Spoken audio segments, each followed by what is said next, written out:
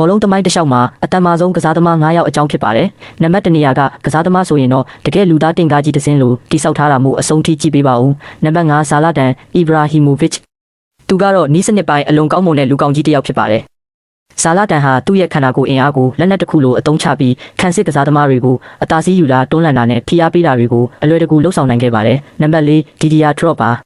သူကတော့နေရာစုံမှာခွန်အားပြည့်ရှိတဲ့စွမ်းရှင်ကြီးဖြစ်ပါတယ်။ drop ပါဟာအဝိုင်းအလူရက်တွေကိုနိုင်ယုံတင်မကပဲပြိုင်ဘက်တွေကိုအပြတ်သက်လွှမ်းမိုးထားနိုင်တာပါခန်းစစ်ကစားသမားတွေဟာသူ့ကိုဝင်တိုက်ရင်ဘာမှမဟုတ်သလိုလွန့်ထွက်သွားလိမ့်ရှိပါတယ်ကျန်တဲ့အဆင့်တွေကိုမပြောခင်မှာအခုလိုစိတ်ဝင်စားစရာကောင်းတဲ့အကြောင်းအရာတွေကိုဆက်ကြည့်ဖို့အတွက်ဒီ page ကို like share နဲ့ follow လုပ်ထားပေးပါဦးနံပါတ်3အတာမာထရာအိုယေသူကတော့ပောက်ကွဲအပြင်းထန်ပြီးကြွတ်သားဖူးဖူးနဲ့တားဆီးလို့မရတဲ့ကစားသမားဖြစ်ပါတယ်ထရာအိုယေတခါတည်းအချိန်ပြည့်နဲ့ပြေးပြီးဆိုရင်သူ့ကိုဘလို့မှရွှေ့လို့မရတော့ပဲခန်းစစ်ကစားသမားတွေဟာနောက်ကနေတရုတ်တိုက်ပါသွားရုံပါပဲနံပါတ်2အတီပါယိုအာကင်ဖန်ဝါ